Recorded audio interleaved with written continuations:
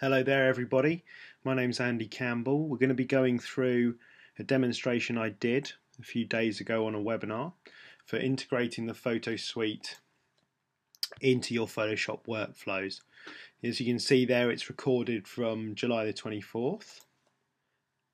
Don't forget to sign up on our website as well for the live webinars, okay? So make sure you go to that Learn page and register for any webinars from onOne software that you want to see. And finally, thank you for watching and I hope you enjoy. So we're inside of Adobe Photoshop CS6, and what we're going to be doing today is a little bit of a composition for you using Perfect Mask, using some of the backgrounds we supply. We're going to then look at different techniques we can use inside of Perfect Black and White and Perfect Effects to stylize that image as well. And then finally we'll do a little bit of Perfect Resize and also creating some Photoshop actions using our products. Okay, so the first thing for us to take note of is how do we access the products from within Photoshop. Okay, so I'm going to open up some images here. So I'm going to go to my desktop, go to this Sin City image I've got here, which is basically shot by a good friend of mine, Andy Kruchek, in his photography studio, and we're going to go for a kind of graphic novel type feel to this image that we're going to produce today. So we first got that image, then we go ahead and say File Open, and on my desktop here you'll notice I've got a folder called Extras. Okay, this is where for standalone suite owners and people like that, you know, you'll know this inside of a product called Perfect Layers. But if you're a Photoshop user, you can still access these great backgrounds and bits that we've got. Okay, so I'm going to go into my backgrounds folder, go to Inside 08 is the one I'm going to use, which is this shot of a car park here that we've got. Okay, I'm just going to now combine the two layers together with inside of Photoshop here. So I'm just going to go to my layers panel and just move him now and shrink him down a little bit in this shot. Okay, I'm just holding the shift key as well to maneuver this in case you're unaware, and it just means that I don't squish him and make him really thin, which of course it's just done there. So I'll undo that particular movement. Don't apply. I always find that frustrating in Photoshop, but I'll make sure you hold down the shift key the whole time, even when you're just moving it as well. I find works better. So we're just going to put him into place here, like so.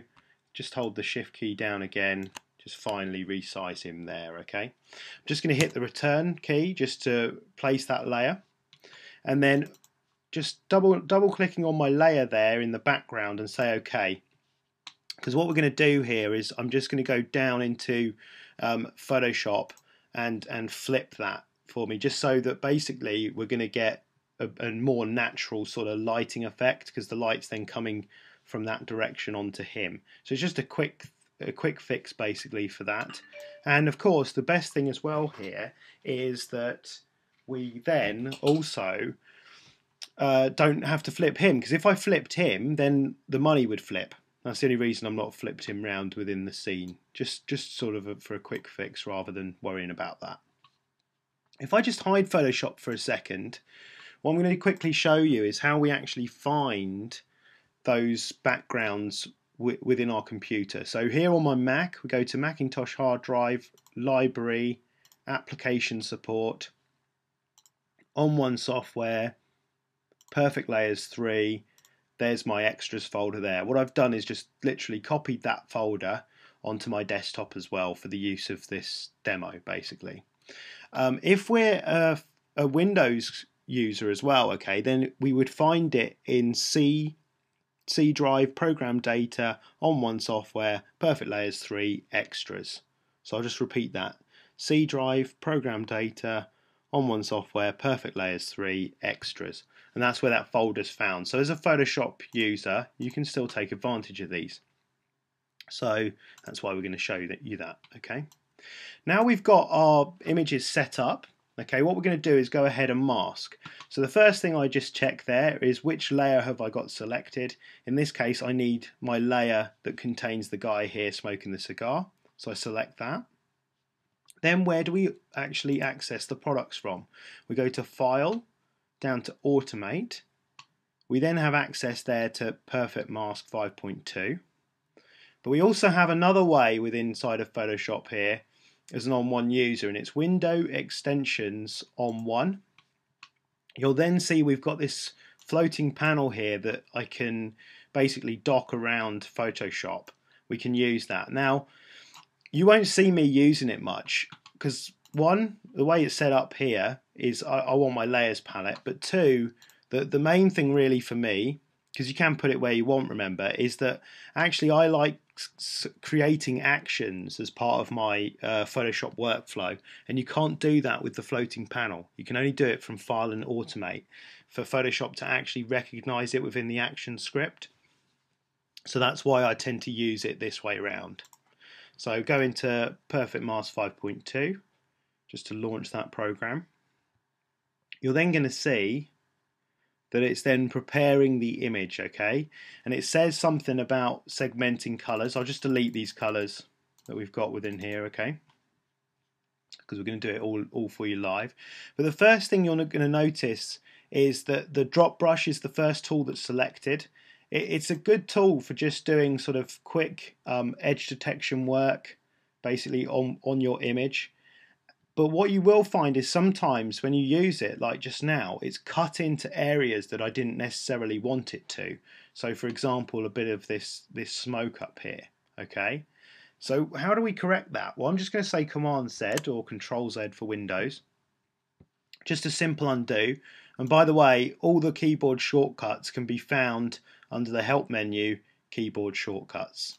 Okay, and then you've got a full list of the keyboard shortcuts for the different products. Okay. Now, what we can actually do when we've got this tool selected, you'll notice at the top up here, and this is the same for all of the tools within the Perfect Photo Suite at the moment, you'll tend to find the controls are at the top of the screen. Any of these little W's stand for, you know, basically Wacom support. So if you want to use and take full use of your Wacom tablet, then you can do that by just basically clicking the little W's to select them, and then that would control the brush size. Okay, but also you'll notice with this particular tool it says refine, which is basically the feathering when it cuts into the image. So I'm going to adjust that a little bit here, okay, for this demo. And also you'll notice segment sizes, or it just says segment and then it's got 8. Okay, now we can go all the way up to 50, okay, and it's going to adjust the image, all the way down to 1. Now let me just show you what that means. And if you come down into the bottom left hand corner here, you'll notice segments. And basically segments is just now going to show you a view of what that tool is seeing. Now at the moment we've set it to 50, meaning that any tones that are similar at all, it's going to make them all mush together like this. If I go all the way down to 1, you'll see it update. And in this particular view, suddenly you'll see a lot more detail in the image, and it's basically taken tones that are very close together, like on his forehead here, for example, and it's made them all into separate little colours, look. And also you'll notice, instead of being on 8, now I'm down to 1. Look how much more smoke we're going to protect when we cut out this area on the right hand side here. So basically this view is a very useful one when you're starting out.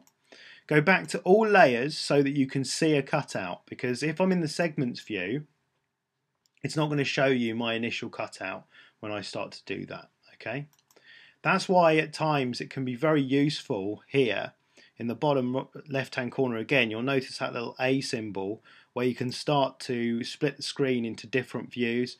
You'll notice then the view buttons are down here for each side, so you can have one being the segments all the time, and then one being the regular image, and that might help you at first as well. But I've just seen that segments view. I've got a pretty good idea of where it's going to cut out and where it's not going to cut out now. So we're just going to come down here into the bottom right hand corner and cut there. Now, when we do this, sometimes this will happen. It will cut into areas you don't necessarily want it to. I think the most important thing is here really is how do we fix this? Because it's all very well, starting again, trying to, sort out the tools. But let's face it, we've done a pretty decent job going around the rest of the image. So why do we want to start again? That's just a waste of time. So what we're going to do here instead is show you how we fix it. We can either choose a regular brush tool, or for me, the best one probably for me is the pen tool here as well.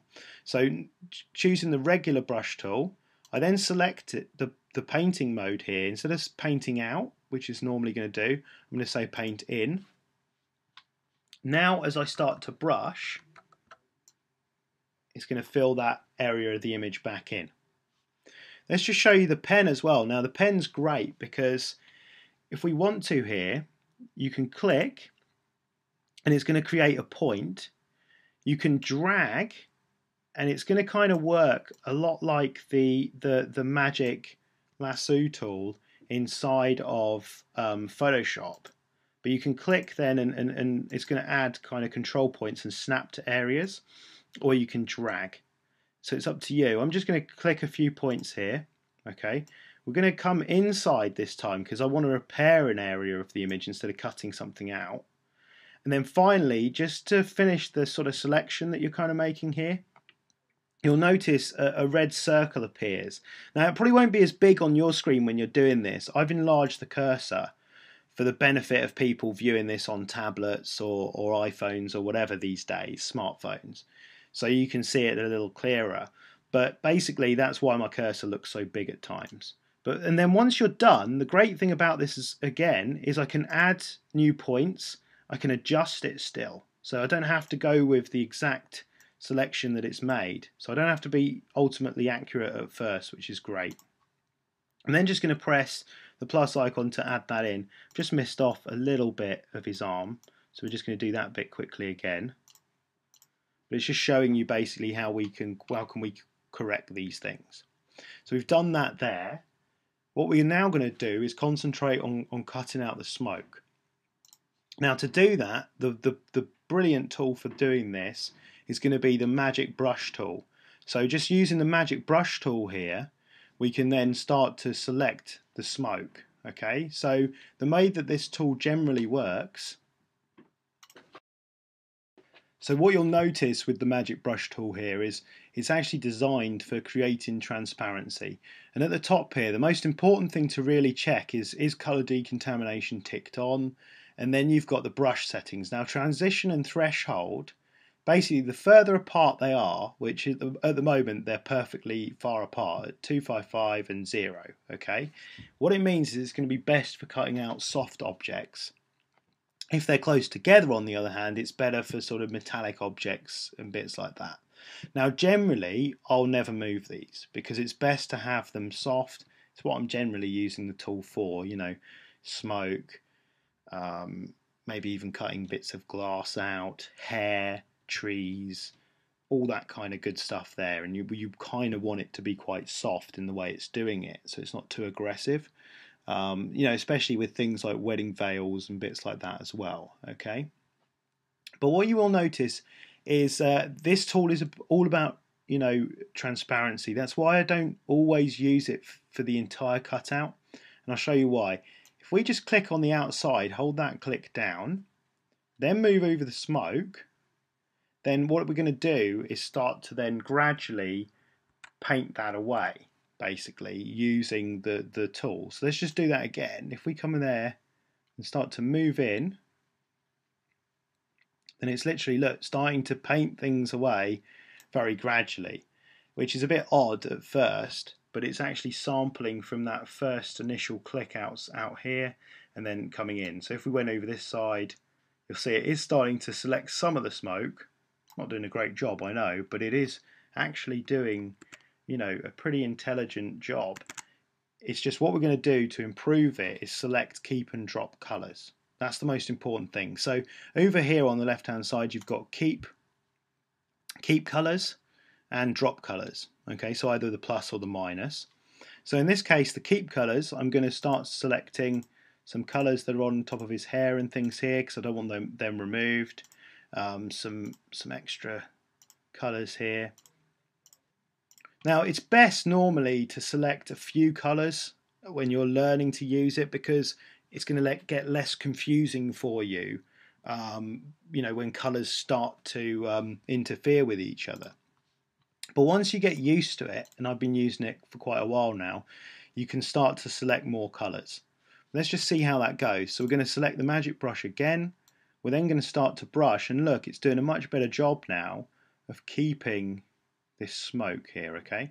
Now what I'm going to do as well is be pretty careful, because if I start to brush, oh, and it's doing a really good job there, which is not necessarily what I wanted to happen, but you know, if we were starting to get rid of some of that cigar, you know, a bit too much of that, then that's when we might want to adjust those colours, for instance there, and just rebrush that little bit. But the main thing is with this tool, just be as careful as you can. Don't go all over the image, flashing all the way through. It's probably not going to be beneficial to you because it will create transparency.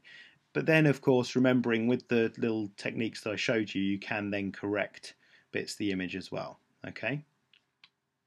Now I'm just going to press apply to take this image back into Photoshop. Okay. So we've got our two layers here. We've got our guy cut out, okay, on top.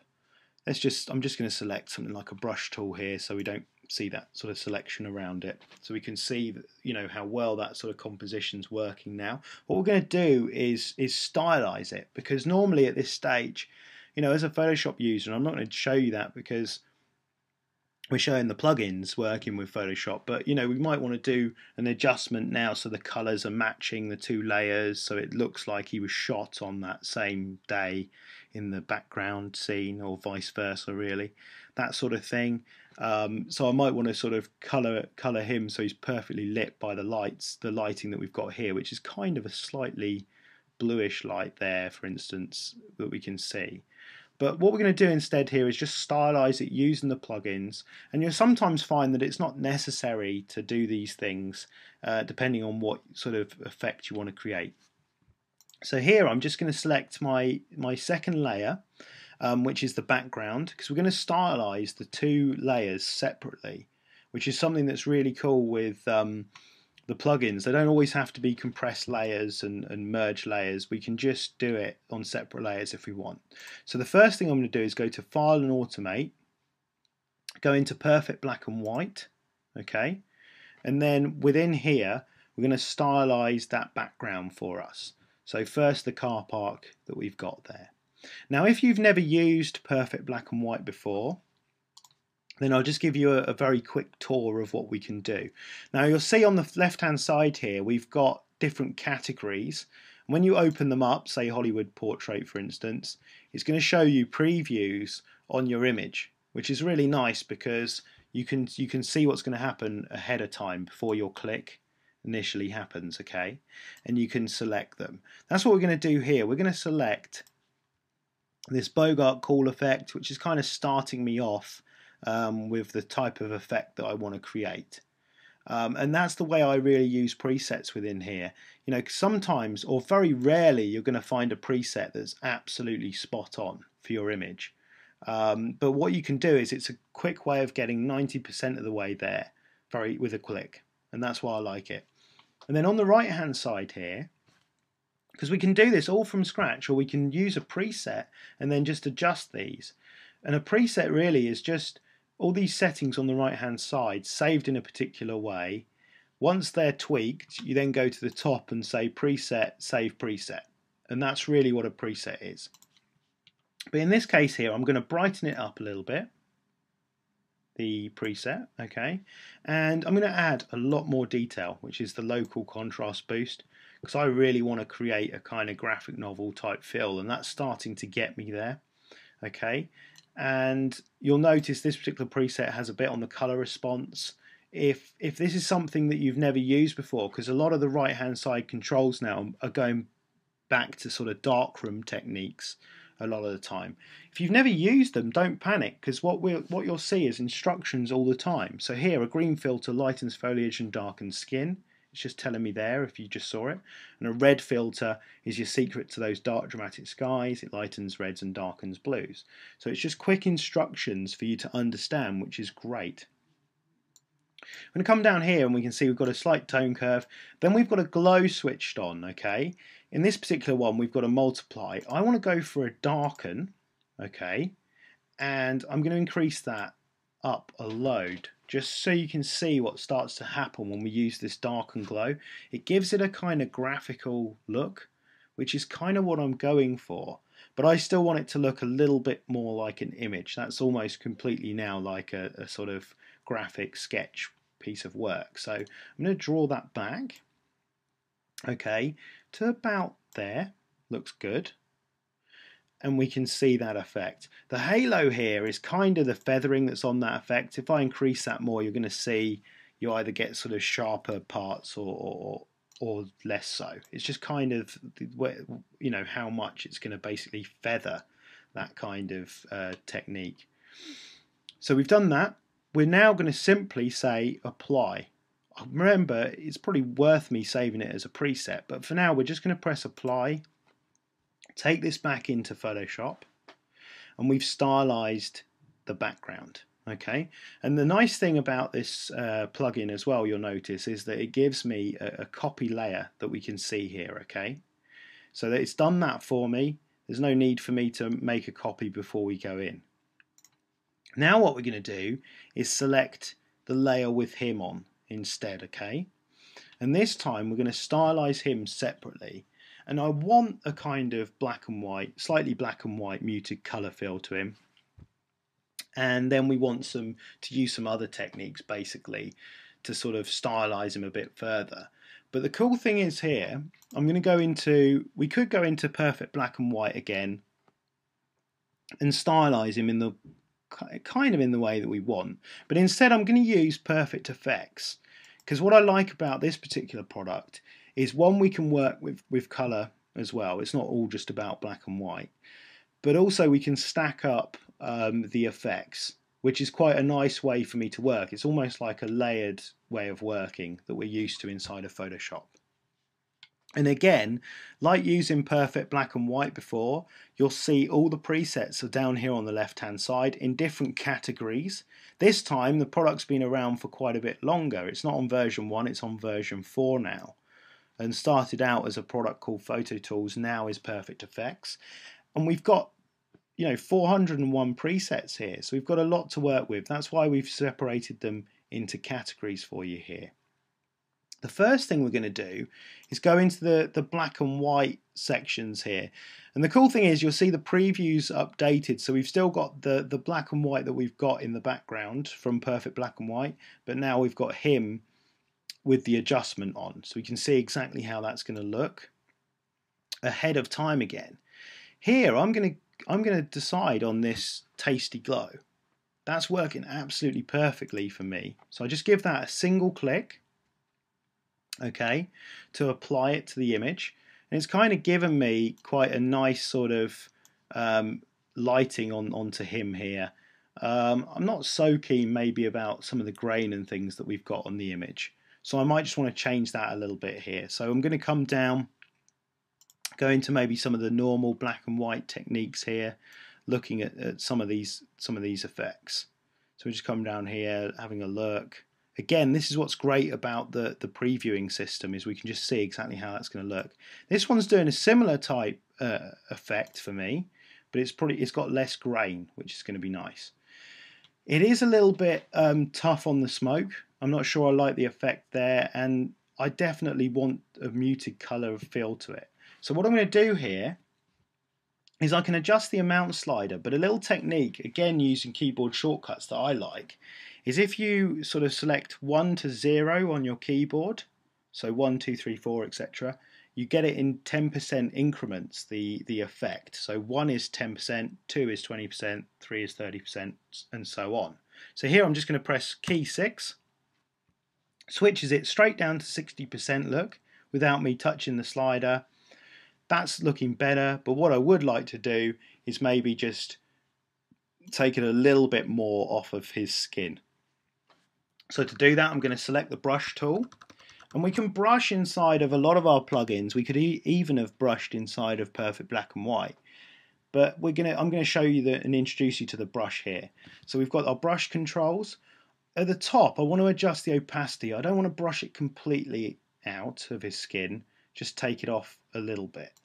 Okay, so I might just pop it down to something like about 30% there, okay?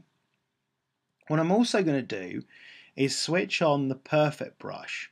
And the reason for doing this is that it now makes my brush a lot more accurate without me having to work particularly harder, which is great.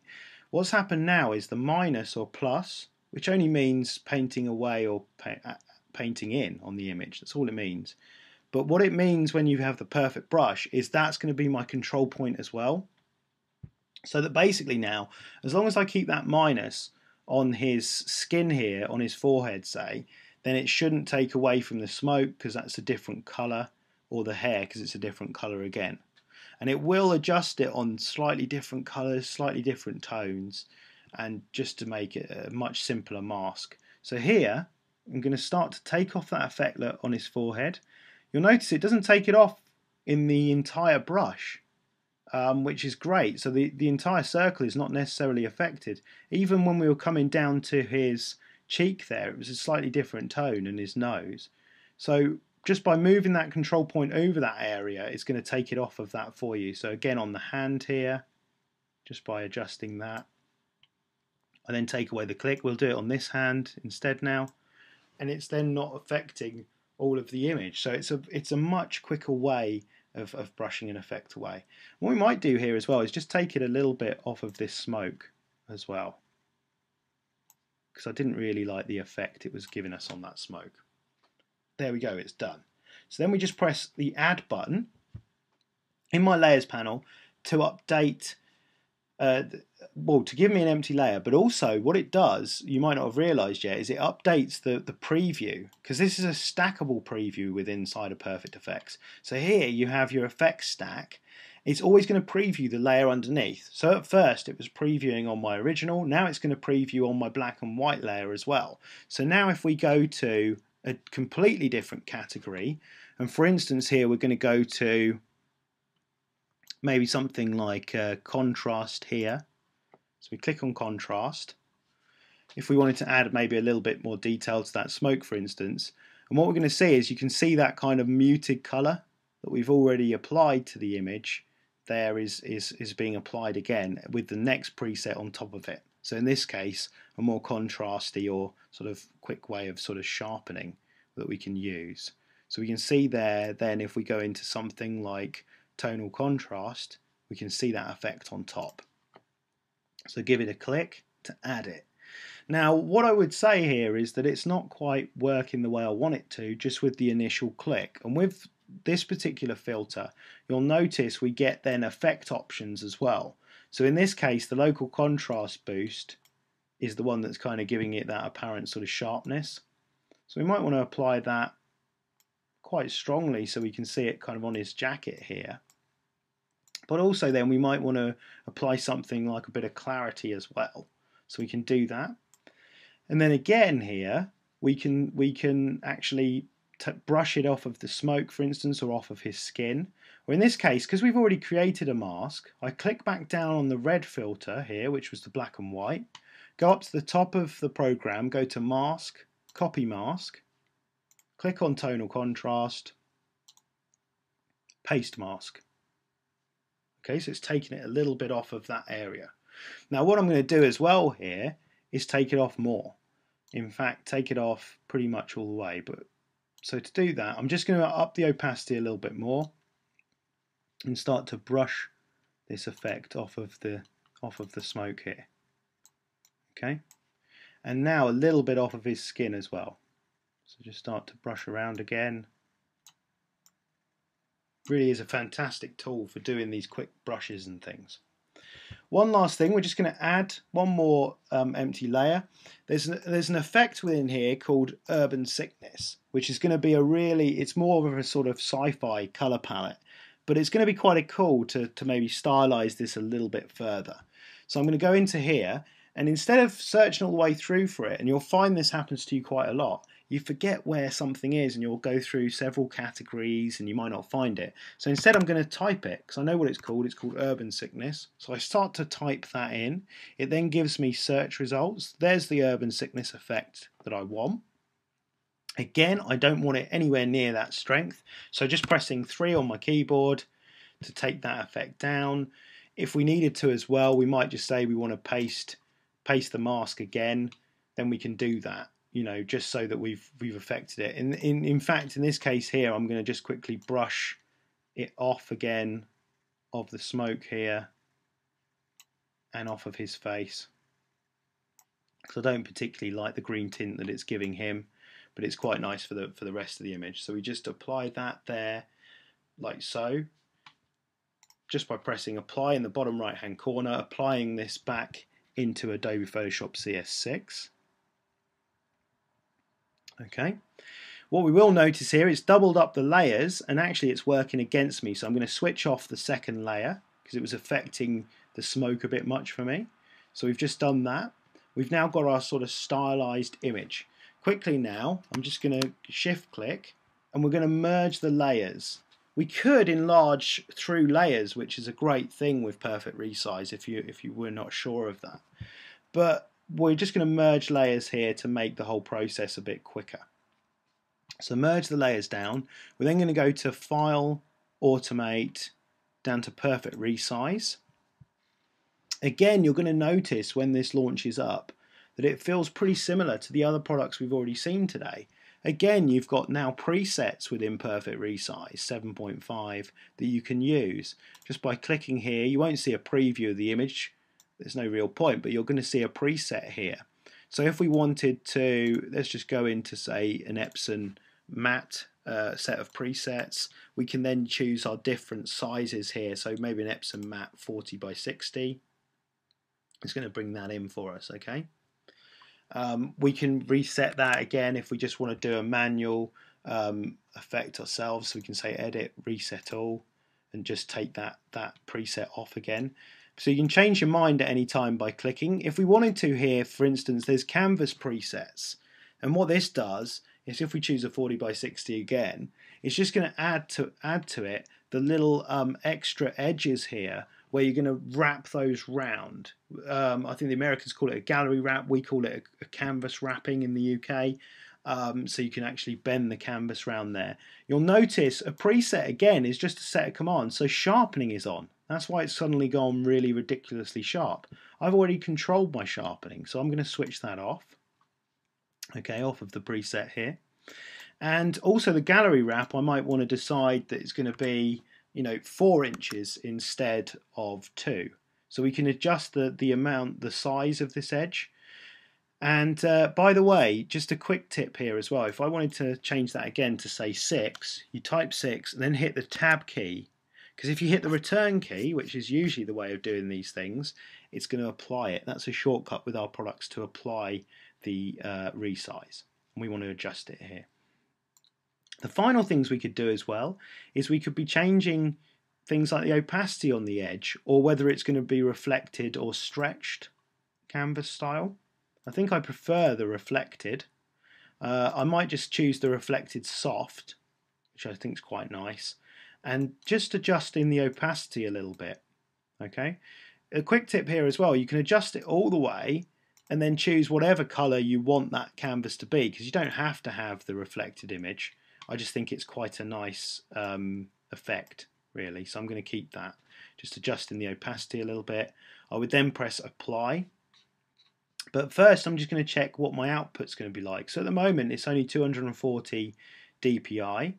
If you're unsure of resolution, because I can type in anything here that I want, the best thing, my advice to you, is click the 2 little arrows here and it gives you presets and explains what they are. So for instance, 240 is great for an Epson large format printer if you have one. If you're on a small format printer, then it would be 360. General photo printing, normally everyone says is 300. So you can choose these if you're unsure. So I'm just going to say here, okay, 300, general purpose. It's increased it now by 600%, so that's the enlargement we're going to be making, and it's increased the file up to 617 megabytes, or in fact just above that. So we can then see that before we press apply to do the adjustment.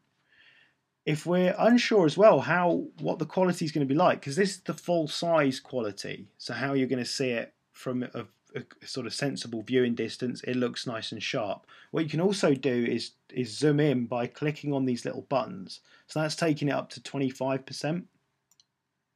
Basically zooming in here. It is a real-time preview, so it will start pixelated and then it will hopefully sharpen up for you. But look at the quality here. It's really decent for, you know, 600% enlargement. We've increased the resolution as well. It's looking good. Okay. I'm going to press cancel. I don't want to apply because it's going to be a pretty big enlargement and we're going to sit here for another minute or so. But finally, one last thing we're going to do for you today, just going to basically close that image, is we're going to go into just a simple image here and we're going to look a little bit at actions as well. So I'm going to open up my actions palette. I've got a category here already for black and white. But what we're going to do is add basically a new action. Okay, so we'll call this onOne for onOne software. Say record. Remember then, if you're recording actions with our plugins, make sure you go from File and Automate. Don't go from the floating panel, because the floating panel does not, you know, record an action. Okay, so we're going to go to File, Automate. We're going to go down to Perfect Black and White. Okay. Now normally when you're saving actions, and if this is something you've never done before, it's worth writing down all the steps you're going to take inside of Photoshop, because when you mess up a step, it is recording every click normally, and you know you will get frustrated, so it's best to sometimes write out your steps. What's nice though about using it through our plugins instead is whatever steps I select inside of here, so if I decided, well, we're going to increase the brightness a little bit, might use a red filter by clicking here, and then decide it's not the direction I want it to go, it's not recorded every single click. It's only going to record me from the second I press apply. So within here again, I'm going to start with some presets, just shrinking these menus down, because in case you didn't realize, you can increase the size of them, you can shrink them down, you can decide how many presets you're going to view at a time, just like so.